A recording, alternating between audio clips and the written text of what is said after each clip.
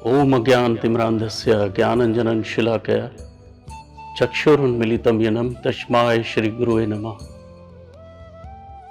हे कृष्णा करुणा सिंधु दीनबंधु जगतपते, गोपीश्वर गोपीकांता श्री राधा कांता नमोस्तुते। तप्त कांचनाम गौरांगी राधे वृंदावनेश्वरी, वृषभानुसुते देवी प्रणमामि हरिप्रिये।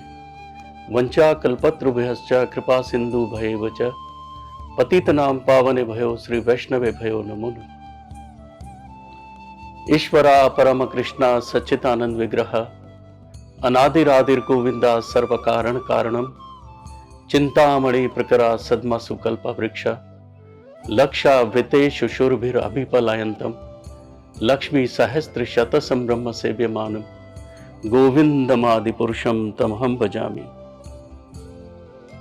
वेणुकवनंतम अरविंद दलयताक्षम, बर्हावतम समासितम बुध सुंदरंगम, कंदरपकोटि कमनीया विशेष शोभम, गोविंदमादि पुरुषम तमहम भजामि।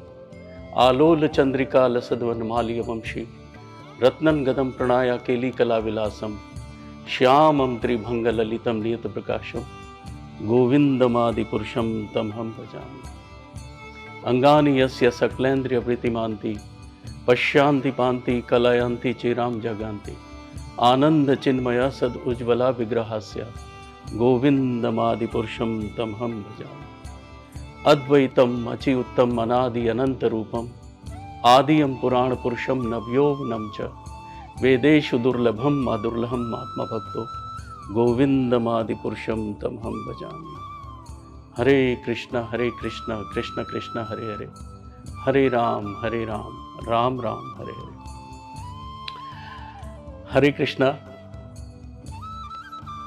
ज्ञान वर्षा के सभी दर्शकों को मेरा करजोड़ प्रणाम है। सबसे पहले प्रिय गुरुजनों, वंदनीय गुरुजनों, पूजनीय गुरुजनों, माँ भागवत भक्तों, विशिष्ट वैष्णव जनों, माताओं, बहनों, स्पेशली मेरे युवा मित्रों, यंगस्टर्स को मेरा करजोड़ प्रणाम है। आज इस दास अनुदास को ज्ञान वर्षा की तरफ से सेवा का मौका दिया गया है। तो सबसे पहले मैं अपने गुरुजनों को प्रणाम करता हूँ। गुरुदेव शिला भक्तिपाद जी महाराज, वंदनीय श्री श्री मधुसूदन बापू जी और शिला प्रभुपाद जी महाराज, ऐसी भक्ति वेदांत स्वामी शिला प्रभुपाद जी महाराज के चरणों में दंडवत प्रणाम है। प्रियजनों, आज की जो विशेष चर्चा है वो श्रीमद् भगवद गीता के 10वें अध्याय के 10वें श्लोक पर है। ये श्लोक अति उत्तम है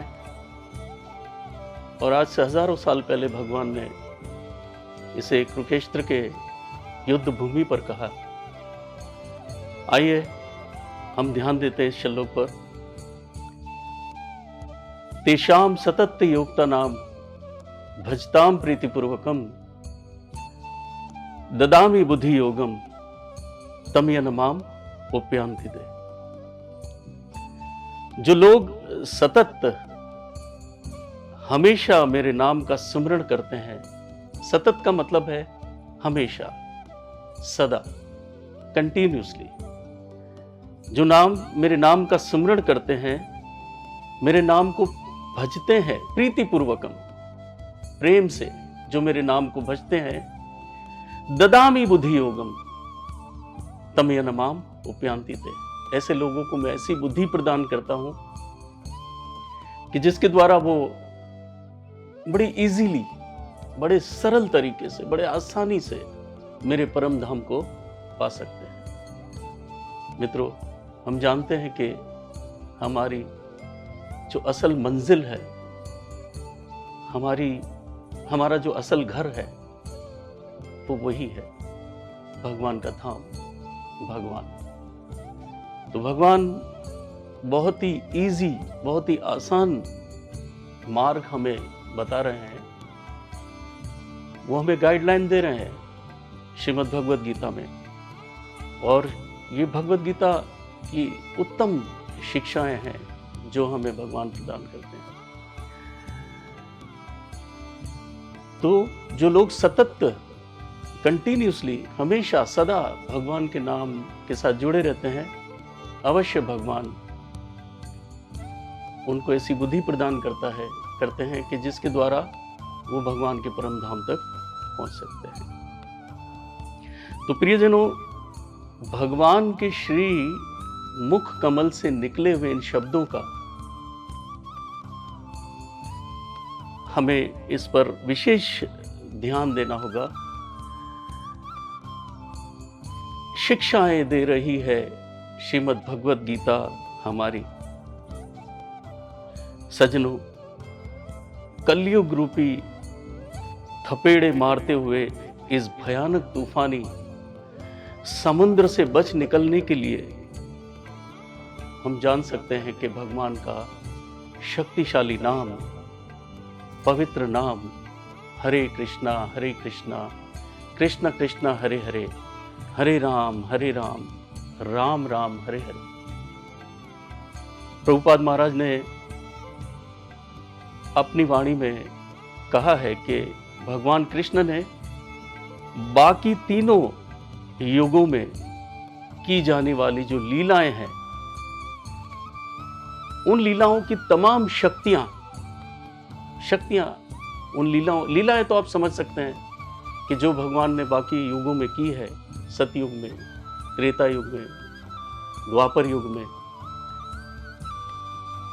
जो भगवान ने राक्षसों को मारा, पहाड़ों को उठाया और कालियानाग को मारा और तमाम भक्तों की रक्षाएं की, और इन परम पावन लीलाओं की जो शक्तियां हैं भगवान ने कलयुग में अपने नाम में निहित की है। और भगवान का ये पवित्र और शक्तिशाली नाम जो है, जिसमें भगवान ने अपनी सारी शक्तियां निहित की है, यानी अपने नाम को इतना पावरफुल कर दिया है कि जहां और जब भी भगवान का नाम आएगा, वहां कलयुग की शक्तियां का काम करना जो है वो बंद हो जाएगा। जहां पर भगवान का ये पवित्र नाम, शक्तिशाली नाम कलयुग में लिया जाएगा, वहां पर कलयुग की शक्तियां काम नहीं करेगी। भागवतम में इस बात का वर्णन है, आप सब जानते हैं। स्वयं कलयुग ने राजा परीक्षित से कहा था कि हे राजा, कलयुग में, मेरे युग में जहां कहीं भी भगवान का नाम लिया जा रहा होगा, भगवान की सेवा हो रही होगी, जहां भगवान की भक्ति हो रही होगी, वहां पर मैं करोड़ों मील, हजारों मील उनसे दूर रहूंगा। क्योंकि हम जानते हैं सब के संतों द्वारा, महापुरुषों द्वारा यही कहा जाता है कि भगवान का नाम ईंधन के समान है। ईंधन अगर जहाँ कहीं भी कोई लकड़ी के ढेर पर या कचरे के ढेर पर पड़ जाए और वहाँ थोड़ी सी भी आग लग जाए, तो वो सारा कचरे का ढेर और वो सारा जो लकड़ी का ढेर है वो जलकर भस्म हो जाता है, राख हो जाता है। इसी तरह ईंधन के समान है भगवान का नाम। तो कलयुग ने ये प्रमाण दिया है कि जहाँ कहीं भी मेरे युग के अंदर भगवान का नाम लिया जा रहा होगा, भगवान की तपस्या की जा रही होगी, भगवान की सेवा की जा रही होगी, भगवान की भक्ति की जा रही होगी, उनसे मैं हजारों मील, करोड़ों मील दूर रहूंगा। दूसरा, सेकेंडली, भगवान ने हम पर कृपा करके ये मनुष्य शरीर यानी ये इंसानी जिस्म दिया है, ये हमारे लिए सोने पे सुहागा है। कहने को तो ये शरीर नाशवान है, फानी है, फानी, नाशवान, आप सब समझते हैं कि ये एक दिन ये शरीर मिट्टी में मिल जाना है। शायर कहते हैं, तू यहाँ मुसाफिर है, ये सराय फानी है, 4 रोज की मेहमा तेरी जिंदगानी है। बस थोड़ा सा वक्त मिला है हमें इस शरीर के अंदर, जो भगवान ने हमें शरीर दिया है, ये जिस्म दिया है, इसमें कुछ समय हमें मिला है। और इस शरीर का, इस जिस्म का अगर हम सही उपयोग करते हैं, इसे भगवान की सेवा में लगाते हैं, भगवान के सजदे में इसे लगाते हैं और भगवान के भजन में इसे लगाते हैं, भगवान को अर्पित करते हैं, ये शरीर कीर्तन में इसे लगाते हैं, तो ये हमें हमारी मंजिल तक पहुंचा सकता है।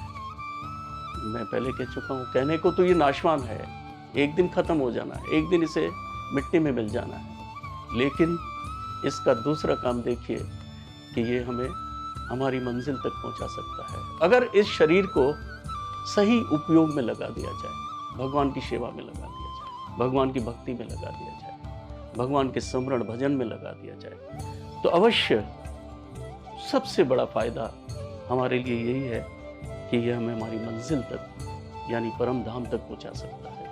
भगवान के धाम कवलोक वृंदावन तक यह हमें पहुंचा सकता है।